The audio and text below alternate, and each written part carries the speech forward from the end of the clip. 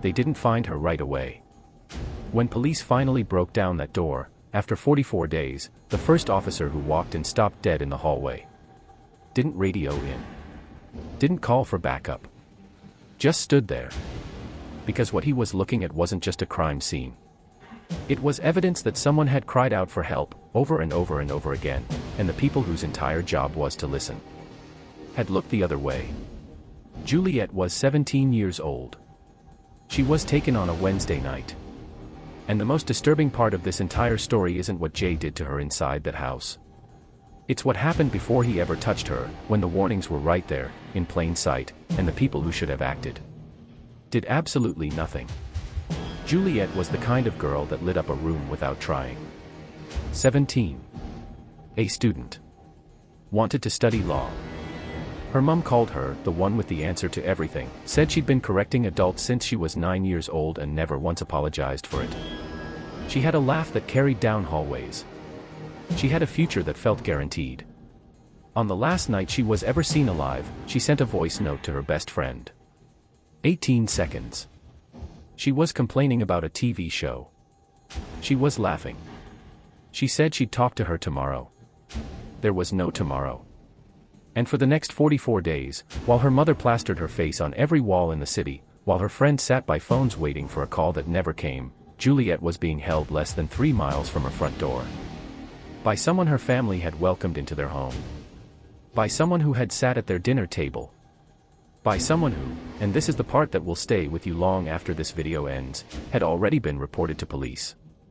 3 weeks before Juliet disappeared. 3 weeks. What investigators uncovered when they finally went looking, exposed not just a killer, but a system so broken, so indifferent, that it handed a predator the time he needed to destroy a 17-year-old girl's life. Backhand index pointing right. If you're new here, subscribe right now. Because I cover the cases the headlines bury. And this one was buried deep. Stay with me. This story demands to be told. Juliet grew up in a mid-sized city with her mother, Sandra, and her younger brother, Kofi. Sandra raised both of them alone after their father left when Juliet was 11. She worked double shifts at the hospital. She missed school plays and sports days and hated herself for it. But Juliet never complained, not once.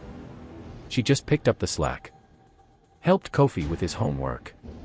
Had dinner on the table when Sandra came home exhausted. Teachers used the word exceptional so often in her reports it started to feel like they'd copied and pasted it.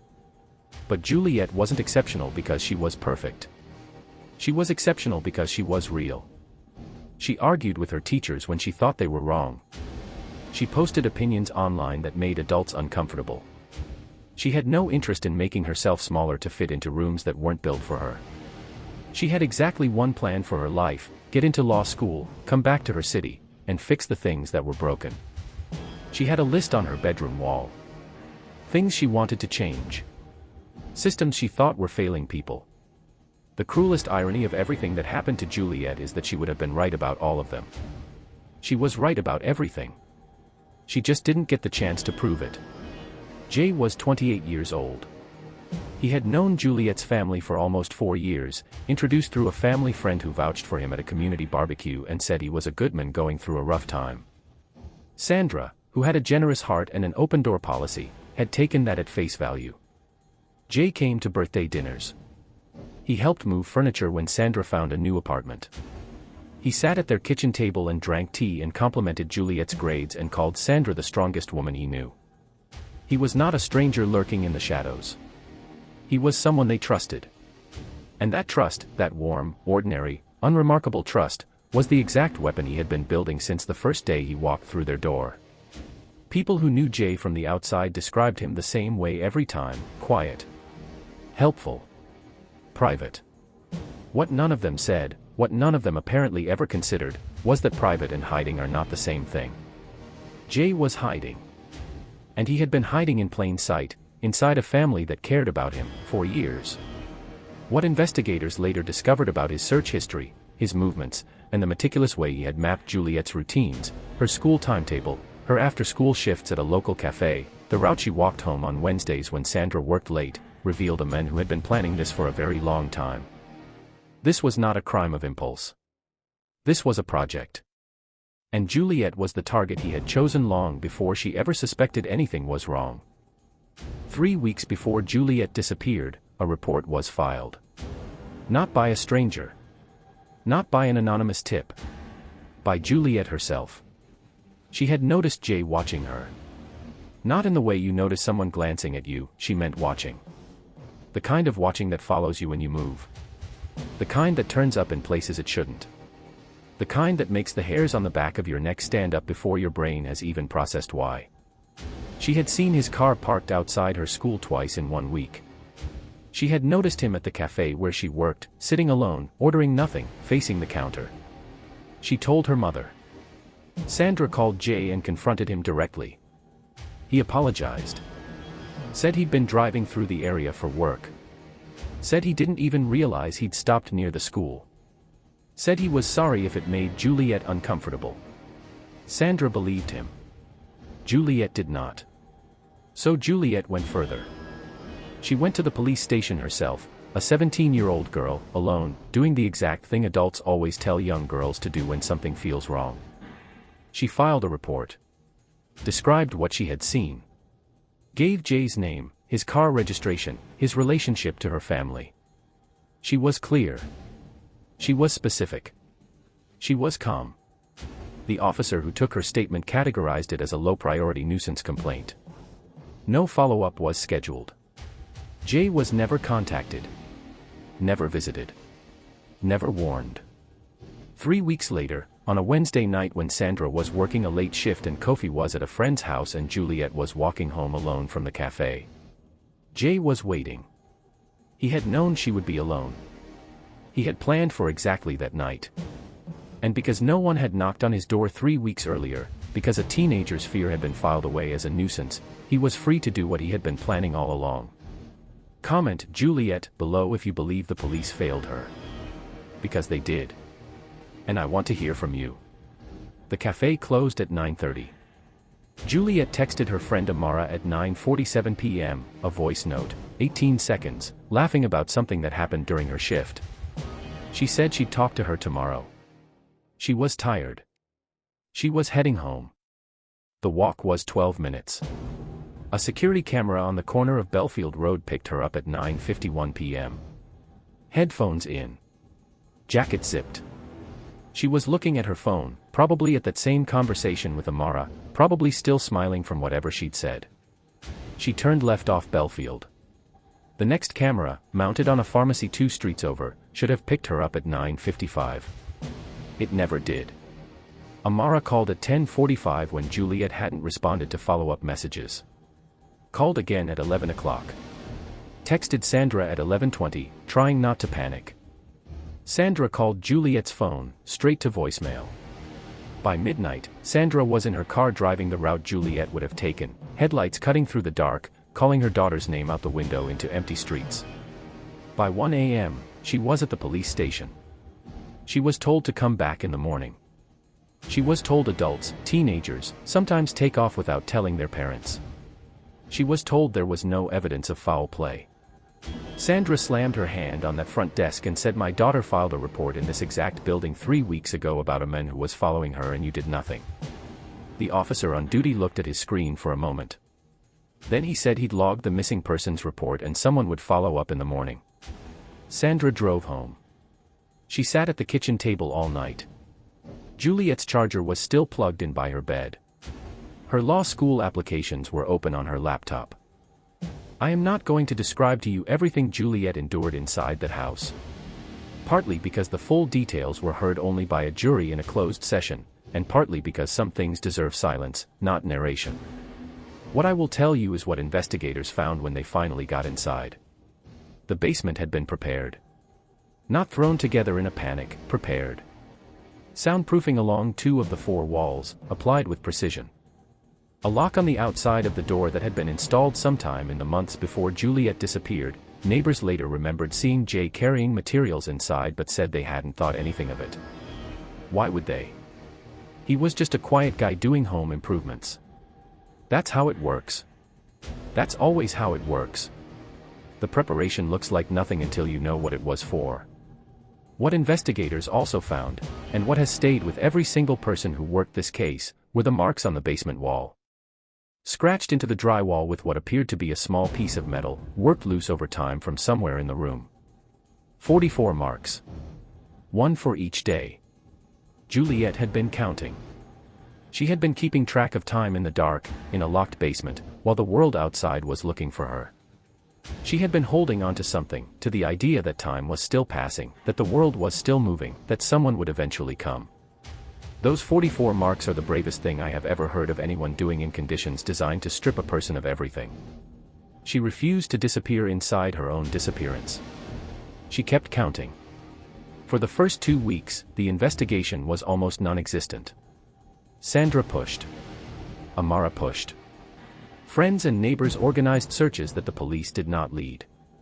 A local journalist named Priya Davies picked up the story on day 9 and ran it, and the resulting media pressure was the only reason the investigation was escalated at all. A detective named Webb was assigned on day 14. He was given the file, the CCTV footage, and Sandra's original complaint from the police station on the night of Juliet's disappearance. He was also given, and this is the moment where the story turns from tragedy to scandal, Juliet's original report. The one she had filed herself, 3 weeks before she disappeared. Webb read it. He read the name she had given them. He ran the name. He found Jay's registration. He matched it to the CCTV footage from Belfield Road. He found the car in the 4-minute gap where Juliet should have appeared on the pharmacy camera but never did. Then he pulled Jay's records. And he found something that made his stomach drop. Jay had 2 prior complaints filed against him by other young women. Both classified as low priority. Both unresolved. One had been filed 18 months ago. One had been filed almost 3 years before Juliet was even born. 3 women had told the police about Jay. 3 reports. 3 times the system had filed it away and moved on. Webb sat with those files for a long time. Then he picked up the phone and started making calls. The warrant came through on day 44. A full team. 4 patrol cars. 2 detectives. An ambulance waiting around the corner, Webb's call, and one that the paramedics later said saved critical minutes. They knocked. Jay answered. He looked at the badge. He looked at the warrant. He looked at the street, as if calculating whether there was anywhere to go. There wasn't. He stepped back from the door. He didn't run. He didn't fight. He just stepped back, and that single movement, Webb later said, told him everything he needed to know. Innocent people ask questions. Jay just stepped back. They found the basement door within 4 minutes. Heavy padlock. The kind that wasn't there as a deterrent, it was there as a statement. A declaration of ownership over a space and everything in it. They cut it. Webb went down first. The basement was dim. A single bulb. It smelled like closed air and damp concrete and something else, something Webb wouldn't describe specifically in interviews, only said that it was the smell of a place that had been sealed for a very long time. And in the far corner, on the floor, there was Juliet. She was curled against the wall. She was thin, visibly, terribly thin. She was not moving. Webb crouched down. He called her name. Nothing. He called again. And then, slowly, in the way that someone moves when movement itself has become an enormous effort, Juliet turned her head. Her eyes focused on his face. And then they focused on the badge. She didn't say anything for a long moment. Then, in a voice so quiet Webb had to lean forward to hear it, she said, "I knew someone would come. I kept counting because I knew someone would come." Webb later said that was the moment he had to turn away. Not because he was unprofessional. But because he had a daughter at home who was 17 years old. And he needed 1 second, just 1 second, where he wasn't a detective. He radioed for the paramedics. He held Juliet's hand while they waited. He didn't let go until the stretcher arrived. If you've made it this far, share this video. Juliet's story deserves to be heard by every single person who walks past a missing poster without stopping. Share it for her. Juliet was rushed to hospital. The paramedics worked on her in the ambulance. The team at the hospital worked through the night. But 44 days had taken too much. Her body had endured too much. At 6:17 in the morning, with Sandra in the corridor outside, having only just arrived, having only just been told her daughter had been found, Juliet was pronounced dead. She was 17 years old. She never got to finish her law school applications. She never got to correct another adult who had it wrong. She never got to come back to her city and fix the things she knew were broken. Sandra was taken into a small family room by a nurse. She sat down. She didn't make a sound. She just held the phone in her lap, the one she had been calling her daughter's number on for 44 days, and stared at the wall. Kofi, who was 13, had to be picked up from school by a family friend and told in the back seat of a car that his sister was gone. He didn't speak for 3 days. When he finally did, the first thing he said was, "She went to the police herself. She told them." Why didn't they listen? 13 years old. And he already understood exactly what had happened. When the story broke, really broke, with the full details, it didn't spread like news. It spread like fire. Because it wasn't just a story about a killer. It was a story about a 17-year-old girl who did everything right. She felt unsafe. She told her mother. She went to the police. She filed a report. She gave them a name, a registration, a relationship, a pattern of behavior. She handed them everything they needed. And they did nothing. When that detail emerged, when the public understood that Juliet's own report was sitting in that system while she was locked in a basement 3 miles away, the anger was unlike anything the city had seen in years. Vigils turned into protests. Protests turned into demands. The officer who had initially classified Juliet's report as low priority was placed on administrative review. The 2 prior complaints against Jay, both buried, both unactioned, became the subject of an independent inquiry that made front pages for 2 weeks straight. Women across the city began sharing their own stories of reports filed and ignored. The responses came in their thousands. Priya Davies, the journalist who had first covered Juliet's disappearance, spent 6 months investigating the system that had failed her and published a report that led directly to a review of how missing persons cases involving young women were classified and prioritized. Sandra gave one interview. 1.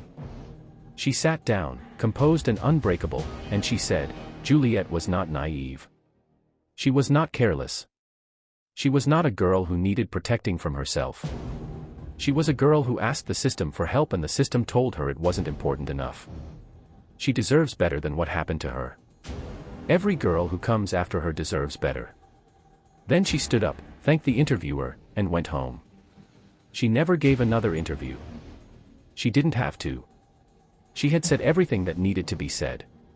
Jay was charged with kidnapping, false imprisonment, and murder. He maintained, through his defense team, that Juliet's death had been unintentional, that he had not meant for things to go as far as they did. His lawyers presented a narrative of a troubled man with a history of mental illness who had lost control. The prosecution presented 44 marks on a wall. They presented the soundproofing. The receipt for the padlock, purchased 6 weeks before Juliet disappeared. The photos on his phone, taken months in advance, of Juliet walking to school, walking to work, walking home. They presented the search histories, the notes, the planning. And then they presented Juliet's original police report, time-stamped, signed, filed 23 days before she disappeared, and they asked the jury to consider that this man had been named, described, and handed to law enforcement 3 weeks before he committed murder, and had never once been contacted. The jury deliberated for 5 hours. Guilty. All counts. When the verdict was read, Jay sat absolutely still. He had sat absolutely still throughout the entire trial. The stillness of someone who had already decided how to manage being watched. In the gallery, Sandra closed her eyes and reached across to hold Kofi's hand. He was 16 by then. He had aged 2 years in the 9 months since his sister died. He squeezed his mother's hand back. He did not cry. Neither did Sandra. They had already used every tear they had. Jay was sentenced to life in prison with a minimum term of 35 years before parole eligibility. His defense appealed. The appeal was denied. He is currently incarcerated. He will be in his 60s before he is ever considered for release. But here is the thing about sentencing, here is the thing about verdicts and courtrooms and the satisfying bang of a gavel. None of it answers Kofi's question. She went to the police herself. She told them. Why didn't they listen? That question went to an inquiry. The inquiry produced a report. The report produced policy recommendations.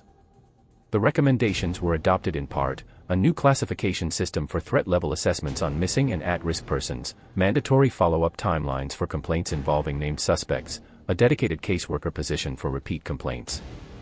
Good changes. Real changes. But not the change that would have mattered. Because the change that would have mattered was a phone call. 3 weeks before Juliet disappeared. An officer picking up the phone and calling Jay's number and saying, "We've received a complaint. We'll be monitoring this. Any further incidents and you will be brought in." That is all it would have taken. One phone call. That's what Juliet asked for when she walked into that police station alone at 17 years old and sat down across from an officer and filed her report. Not a task force. Not an investigation. Not the full machinery of law enforcement. Just a phone call. She never got it.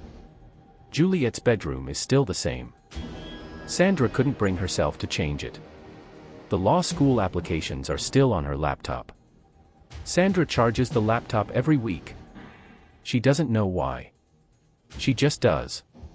The list on Juliet's wall, the things she wanted to fix, the systems she thought were broken, is still there too. Handwritten. Her handwriting. Some of the things on that list have since been addressed, at least in part, because of what happened to her. Juliet was right about all of them. She was right about everything. Kofi is 18 now. He announced recently that he's applying to law school. When someone asked him why, he said, "Because my sister was right about what needed fixing. And someone in this family has to go and fix it." And across this city, quietly, without fanfare, things have shifted. Women who feel unsafe now have a direct number. Reports are logged differently. A named suspect is not a low-priority complaint anymore. Small changes. Late changes. Changes paid for at a price no family should ever have to pay. Jay's house on that quiet street has been empty since the arrest. Nobody wants it. The neighbors who lived beside it, who heard sounds they told themselves were nothing, who saw things they told themselves weren't their business, have mostly moved on. But there's one woman who still lives 2 doors down. She said in a local news piece, quietly, without drama, "I hear things differently now. I don't talk myself out of them anymore. I just pick up the phone. That's the smallest possible thing. And it's the only thing. Because the warning was always there." Juliet had been screaming it for weeks, not metaphorically, not in hindsight, but literally, sitting in a police station, in plain English, with a name and a face and a registration plate. The world just hadn't learned to listen yet. The question is whether it's learned now. The question is whether you've learned. Because there is a Juliet on your street. In your neighborhood. In your community right now. She's noticed something. She's scared of something. She's trying to decide if it's worth saying out loud. Listen to her. That's it. That's the whole lesson. Just listen.